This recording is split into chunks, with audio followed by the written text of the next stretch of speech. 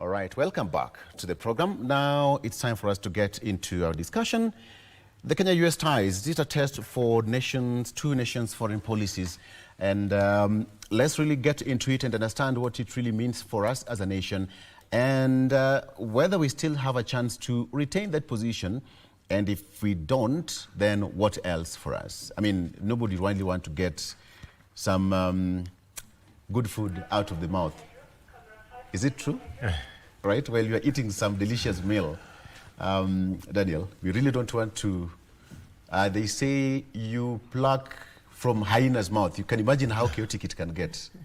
Good morning. Good morning. Welcome to the program. Thank you. Karibu sana. Yes. Daniel Juma Omondi is the Africa Regional Representative of the Global Peace Foundation. He is also here. He's not new to Jerusalem, as well as Dr. Wakene Muriuki, who is a lecturer at the Daystar University, Foreign Relations, Policy and Diplomacy expert. She is also International Relations lecturer there. But you have a student here. Oh. Wow. You have a student here. Good. Can all the students raise up their hands? Walimu is around. She's hiding somewhere.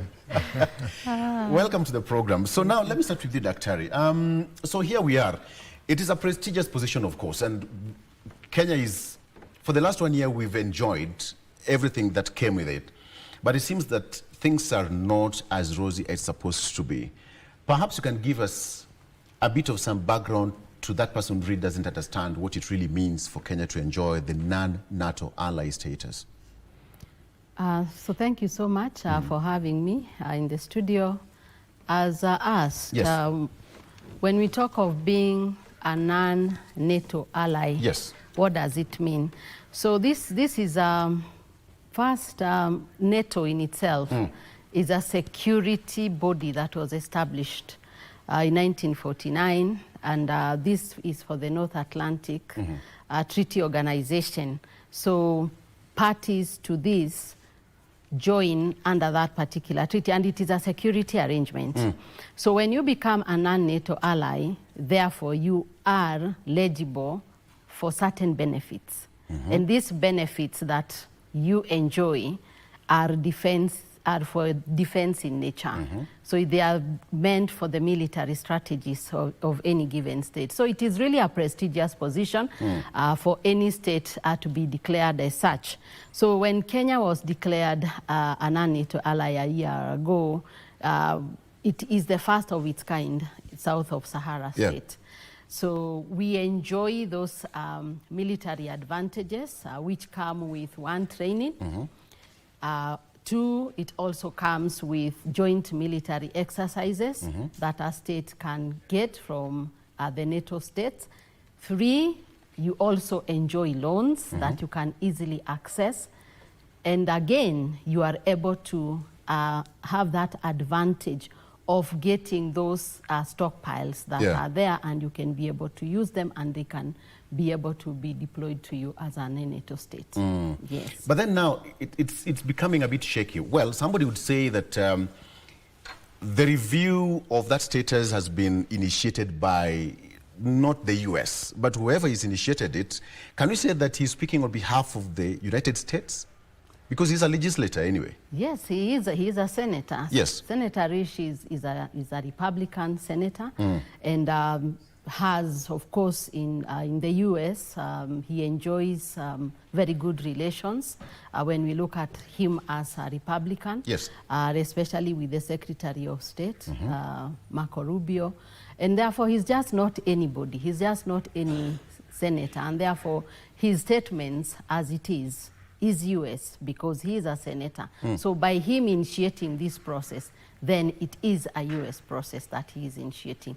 Though we can, we also look at it in terms of the political pronouncements to it. So this is a when we look at it in the eyes of diplomacy, we look at it in terms of what we call the carrot and sticks diplomacy. Yes, whereby a state is expected to being an ally in itself, you have already aligned. Yes. I mean, it's quite interesting. Again, CEO, let's just come again. When you look at the relationship between Kenya and US, and now it sounds can you say it sounds like a threat? Kenya sits in a straitjacket. Yes, we have got relations with Russia, Iran, and the other big boy, China. And we all know the relationship between the two big boys, quote unquote, China and the US. Where does that leave Kenya? In a straitjacket, kind of? Yeah, let me just say, from the start, I just want to say that the Kenya-US relationship is still quite strong. And this is basically informed, especially by the visit of His Excellency the President to the US last year. And that is where now former President Biden designated Kenya as a major non-NATO ally. So the relationship is good, but we must appreciate, of course, the geopolitics around diplomacy.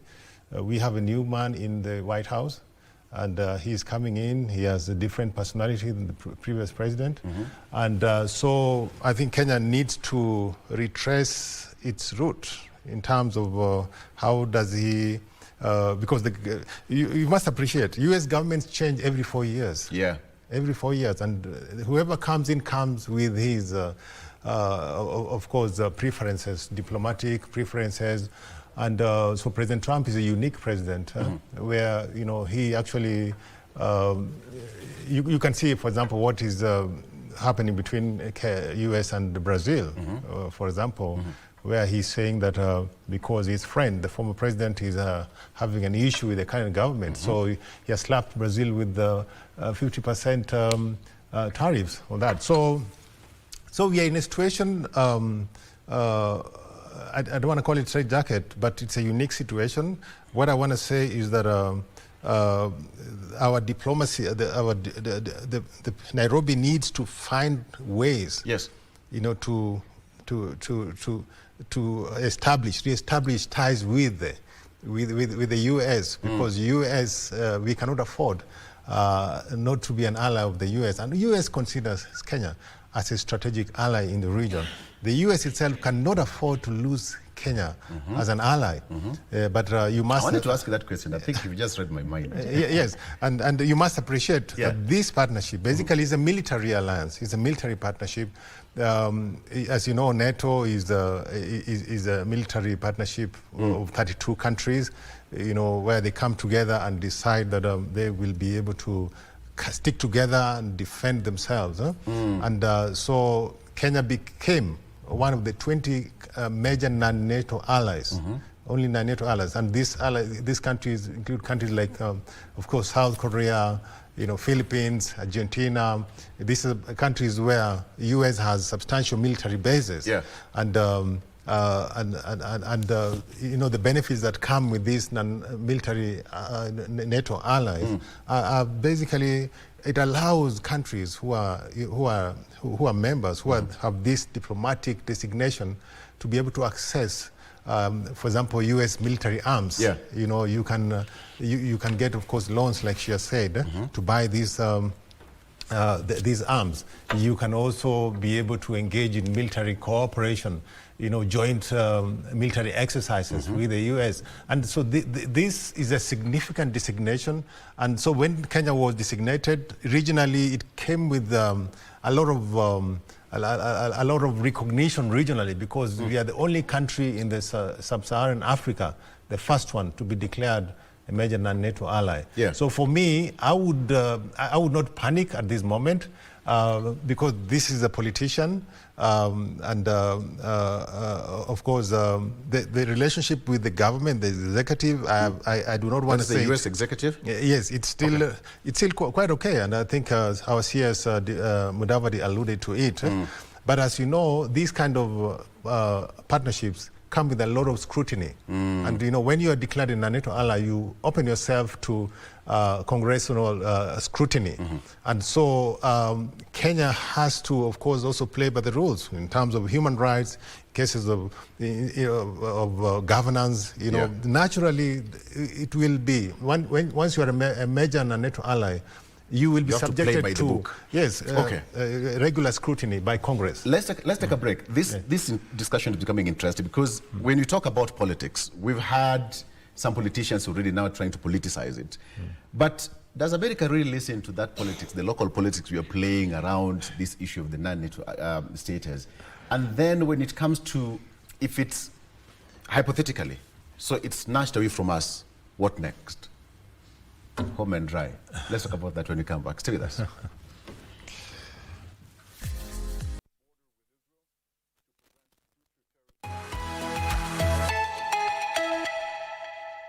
Beautiful position. Welcome back. Okay, so all of us have our cups of hot water and coffee. It's a breakfast show. Let's continue the discussion. Dr. Now, here we are. I'm trying to imagine that nobody is actually taking this position so easily, and even the discussion around it. Emails and conversations, correspondence here and there between Washington, D.C., Nairobi, embassies here and there. Perhaps, well, you're not in any of that desk, but just take us through what are some of the things that are happening behind the desk that we are not privy to resolve this issue.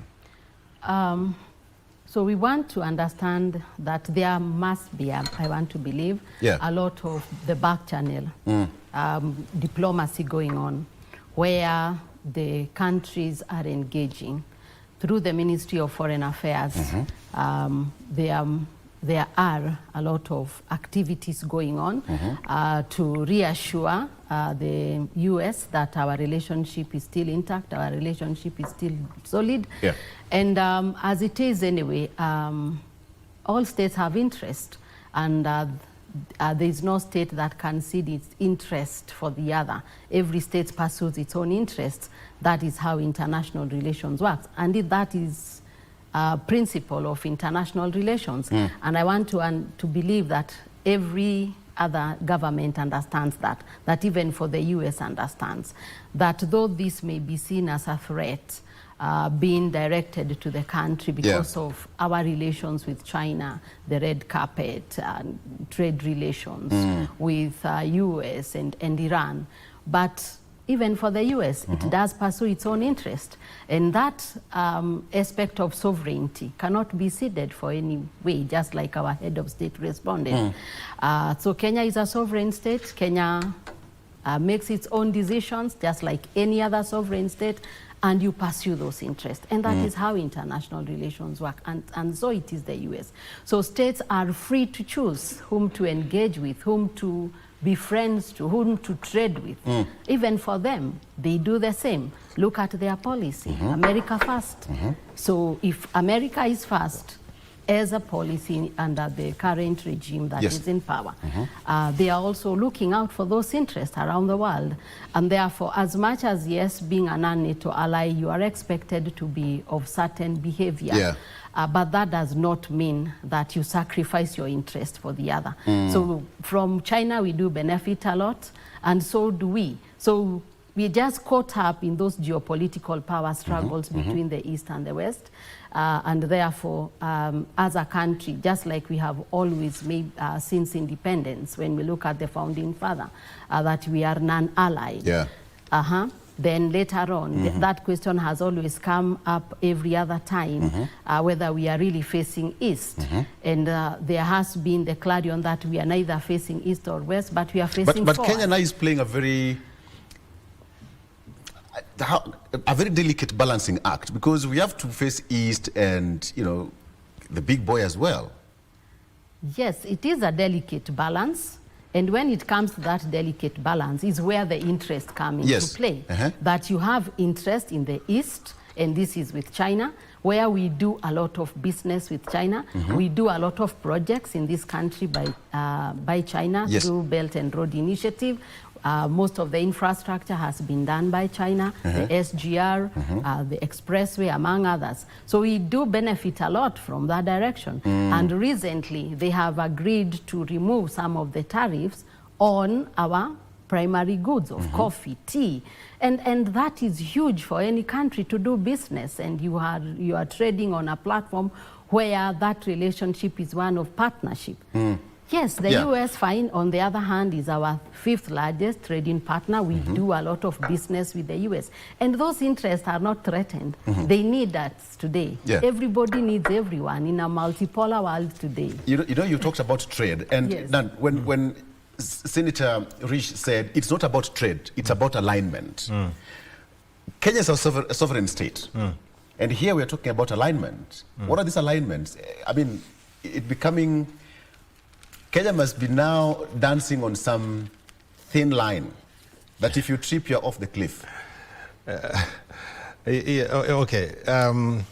Senator Rich, of course, as I said earlier on, is a politician, and of course he has his views. And some of these senators, you have to know, some of these American presidents, they go out of their way just to try to impress President Trump, you know, try to impress the White House. Yeah. However, I mean, if it's a bill, it of course is a motion he has in Congress.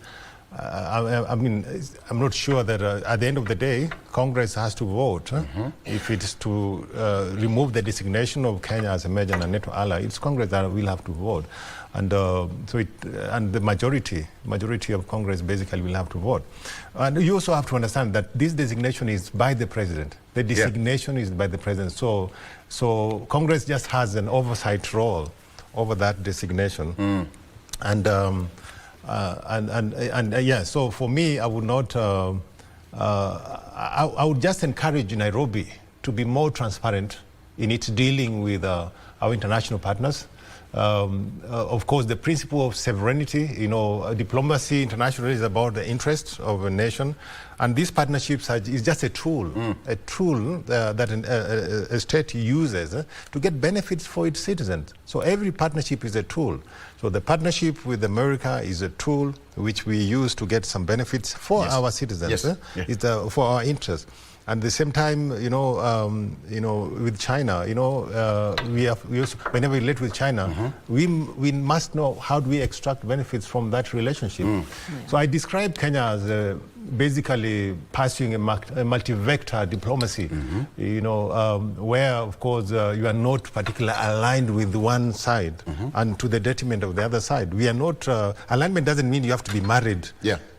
To, you know, like it's a marriage whereby if you're married to this person, you cannot see this person. That is the beauty of diplomacy and sovereignty, is that it allows you. It's negotiated. It's negotiated, and it's a win-win. It allows you, you know, to relate with anybody you want. Kenya is free to pursue relationship, of course, with the US, with the EU, with China, with countries like Iran and Israel. You know, it's not, we are not answerable. We are not answerable to a particular country on why we are relating with other countries. But of course, I understand that when you have been given this designation, you have to be more transparent. You have to be, in terms of issues of governance, you know, you really must be accountable to your citizens first, not just to, and this calls for public diplomacy, where I think our Nairobi, you know, has to be, transparent to its citizens. About issues of human rights, and some of these things are legitimate concerns.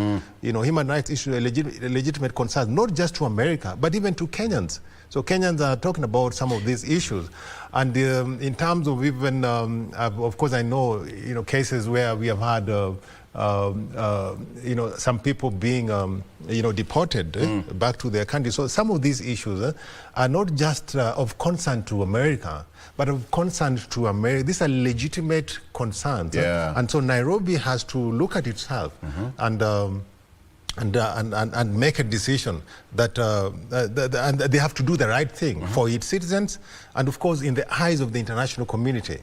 In the eyes of the international community, we must be seen as a country that respects its rules, its constitution, the country that safeguards its citizens, human rights of its citizens, and of course human rights of other people as well. But of course, I mean, the issue of human rights and misuse of, you know, the arms and the funds that come with, you know, that status is also in question.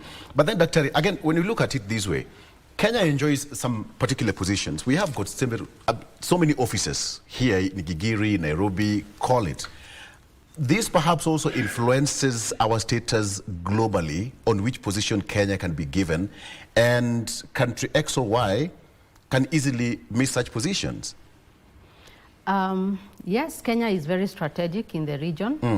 When it comes to one, it's the gateway to East Africa. We are also of the UN offices in Africa. We happen to have that privileged position to be the headquarters of the UNEP and also the Habitat here in Nairobi, and others are yet to relocate in the course of the year. So it's really a diplomatic hub as it is a country, and therefore we, for that reason, therefore enjoy some of those privileges that come with that status of being the only office in the global south, especially in Africa, with that status of having the headquarters of the UN offices, agencies here in the capital. Yes, it is important that as a country, we also are able to pursue that which comes in line with being a hegemon also, maybe in the region, and being able again, just like I think he was taken out of context when he said that Kenya can be the bridge to the East and the West. So it stands at that position, therefore, in line of being home to the UNEP and other UN bodies in the country, that we can play a very pivotal role, which we do. And even when we look at the foreign missions in capital, we happen to have over 109 missions in capital. So that means, therefore, as a country, we have a very strategic position, and also not just diplomatically, but also in terms of positioning. When you also look at the US as a strategic partner also in the country, it does enjoy and has its base in Lamu, where it's able to have a lot of its security concerns taken care of. So it is very strategic, and for both countries in this world today, it's all about having every state to benefit. That mutual benefit that comes from relations with one another. Could it be the reason why President William Ruto is a bit comfortable, even the way he responded to that fact? He knows the position of Kenya and what we really offer, again, globally. Yes, he is, and that cannot be gainsaid, really, that as a country, and that is why he sits there and understanding that, yes, we are very strategic in Africa, in this region, and even with the US, Kenya-US relations, just like my colleague said, that those relations will continue to strengthen with time. So yes, this is normal, where states, again, as it came out, yes, this is a political statement, but that doesn't mean that our relations are threatened in any way. No. Okay. Then, I mean, somebody would argue, and even Senator Risch said that when President William Ruto said that it was the new world order, you know, the Arctic's the world new order, to Washington, that was like crossing the red line. Like, hey, hold a minute. Either you retract that statement or put it another way. Anyway, so President Ruto is Kenya's topmost diplomat. Yes. And of course, when he speaks for the nation, for the state. But he's also a politician, of course, and of course, as we said before, he looks at the interest of the citizens, you know, and so between now and you know, during his term, you know, he will have to define, you know, of course, our foreign policy and how we relate with other nations. And so what I want to encourage Washington is to you know, to basically continue, you know, the cooperation, of course, the communication, diplomatic, bilateral ties. Yes. Through the diplomatic channels should be. We have a very, very able ambassador, David Karich, in Washington. You know, and I know that in July, the White House designated Carla Benini as a new charge of affairs. So for me, I'm looking at these diplomatic channels as very, very crucial in cementing the relationship between Nairobi and Washington. And so for me, I'm not very much concerned. I really don't give much thought to political pronouncements by Senator Rishi, and you know, there's a lot that comes out, right? Especially after this new administration. You know, politicians are making a lot of pronouncements. Yeah. But what matters most is you know, what goes on diplomatically between these states. So I want to encourage Nairobi and Washington not to pronounce the diplomacy on social media or on media, but if they can really establish those back channels and be able to find out the win-win for the two states. For the two states, like she said, you know, America needs Kenya. You know, they have their military presence in Lamu that enables them to provide counterterrorism, of course, in the region. So America cannot afford to lose Kenya as a partner. In terms of course, security, and in terms of also democracy. You know, Kenya has been in the region, you know, one of the most stable democracy. We are perhaps one of the few countries that have regular elections, you know, and with the change of governments, you know, compared to others in Africa. We have a very disciplined military that do not interfere in political matters. Yeah. And so there's a lot of gains. There's a lot of good, good things that America can see Kenya as a very important strategic partner. And so, like I said before, this process, of course, it will go through the Senate as usual, but. I do not expect, personally, I don't expect that the major NonNATO ally designation to be retracted. From us. No, I don't think so. Can that process be withdrawn now that it's a proposal? Can it be withdrawn? Because we have got almost 90 days for the process to continue. Can it be withdrawn even next week? Of course, the senator can decide to withdraw it.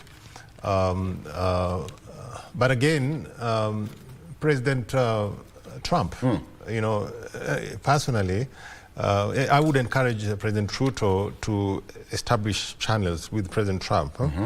Let's have friendship with President Trump. President Trump, you know, of course, is a conservative president, and of course, Ruto is also a conservative.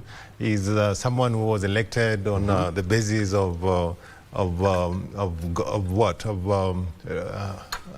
faith. Yeah. Give a point. Yeah. And I know when President Trump was elected, one of the biggest pronouncement he made was that, of course, he recognizes you know, two genders, male and female, and I remember, you know, President Ruto was very happy about that because our governments are very conservative, and of course, our constitution recognizes God in the preamble. So I think there's a lot of opportunity for our government, for President Ruto and President Trump to establish that the friendship that Ruto and Biden had, I think can easily be transferred to this president. And again, it all depends on the role the diplomats play. As I said, I trust Ambassador Karich in Washington to, of course, there's a lot of lobbying that happens in the U.S. diplomatic lobbying. So if they're able to do that, some of these threats can be taken away. But let me also mention politically, I know that the former deputy president is in Washington, is in America, and is spewing a lot of negativity.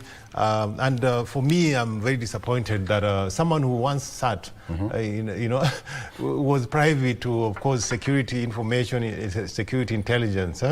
There are certain things, even when you disagree politically, there are certain things you just don't go out there and speak. You know, issues to do with security of a nation, fight against terrorism. You don't go and say how bad your country is. Sometimes your father may be, you disagree with your father, but you just don't go and spew all sorts of nonsense like what Gachagua is doing, abroad. But then that is politics. And of course, we know that politicians usually take advantage of what they do best. What they do. But usually, I did not expect that it could go to that level. Usually, we do our politics here, but when it comes to relating with other countries, we need to project one image as a nation. Like right now, we're having Chan here. When we win, the whole nation needs to celebrate. But I would not now go out there because I'm dissatisfied with politically, locally, and just go and spill, everything. It's very undiplomatic, to say the least. I get it. But then now, Dr. Let's come back to it. So what do we stand to, before I even get to that, the negotiations are ongoing, hypothetically speaking, and the proposal is still under review. So what if Kenya retains that position, all right? Who is going to walk with his shoulder so high? If Kenya loses that position again, what will happen if either happens? Diplomatically speaking. Diplomatically speaking? Yes. One, just allow me to note that it's not new. It's not unique of Kenya. Okay. Just like it were also for Qatar and Pakistan, there have also been similar threats of revoking those special privileges of being a NATO ally. And when you look at the process, even for Qatar and Pakistani, it didn't really yield much. So it's a chess game. It's like what are you moving at any given time. So at the end of it all, we want to believe that this really will not escalate to the level where we are going to lose that position. But it may come with maybe some concessions, looking at the US and of course more so Trump, America's first. It may come with some requirements of some concessions going by the previous two, Qatar and Pakistani. But that is one. But if we go down that path and we lose it, it doesn't, before last year, we were still not a non-NATO ally. And that did not change our relations. We had other programs running even without that. So it doesn't really change much. It's only that we are going to lose that privilege that we currently enjoy in the 1 year that has been for the country. Yes. Okay. I mean, the only thing that perhaps my kinsmate might not understand is Kenya and US have had a very long relationship since time immemorial. But then we have got different nations setting up their positions in Kenya. We have got Batuk, which belongs to the British government and all that. We are still enjoying that fully. But when it comes to now having the relationship between Kenya and the United States, there is just so much in between here and Washington. Should that really not happen, Daniel, you've also traveled across these two capitals quite often. What do you really see anytime you land in any state in the US and you look back home and say, if the relationship between these two countries don't work, what would really happen? Yeah, so for me, of course, you saw the other day when, of course, the U.S. designated, Zambia and was it Zimbabwe, they slapped visa restrictions, almost from $5,000 to $15,000 on citizens from those countries to travel. So for me, I would really worry about anything that, of course, affects the citizens. Right now, of course, Kenyans still, don't have much. Of course, the visa restrictions are there, but compared to what we saw in Zambia, and also other countries where we have had some visa bans. So I wouldn't want it to go to that level. So I would want it to be managed diplomatically, so that the citizens are not in any way affected. Just like you said, before this designation as an MNNA, you know, we still had a very good relationship with America, with Washington. So this came in, and by the way, I have not quantified the number, the benefits we have accrued since this designation. I don't know whether we have the benefits like what, but as you know, it is most of it is basically security related, military. You know, I don't know how much. You know, how, you know, whether our forces have been trained, you know, whether this, you know, opened training for our forces. I know that we have our police in Haiti, and but I know that still is staying in the limbo. So I cannot quantify the benefits after this designation, because it's not actually a long time. It's just the other day that it was done. So in terms of Kenyans, I don't want them to worry that this is a big thing. There is really not. It is just a designation. It's just a diplomatic designation that the U.S. government gives to a country that it considers a crucial security partner. You know, so I don't think we are going to lose aid, or we are going to lose. But what we can lose, for example, right now, one of the most important benefits that you get especially for the citizens, as a non-NATO ally, is that the citizens of Kenya who are trading, who are dealing in arms, for example, in security-related, the businesses are able to apply and supply the U.S. For example, U.S. Whatever bases in the region, they are given priority. So if I'm a Kenyan and I apply to supply, I apply for a tender to supply one of the U.S. Stations locally, then I'm given priority than a Ugandan businessman, for example. So I don't know how many Kenyan businesses, for example, have taken advantage of this designation and gotten business by the U.S. government. So it all depends on how we look at it.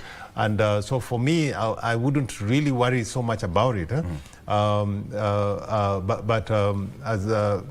I've said earlier on, you know, we are a very strategic nation for America. America needs us. We need America. We have a significant population of Kenyans living in America, and of course vice versa.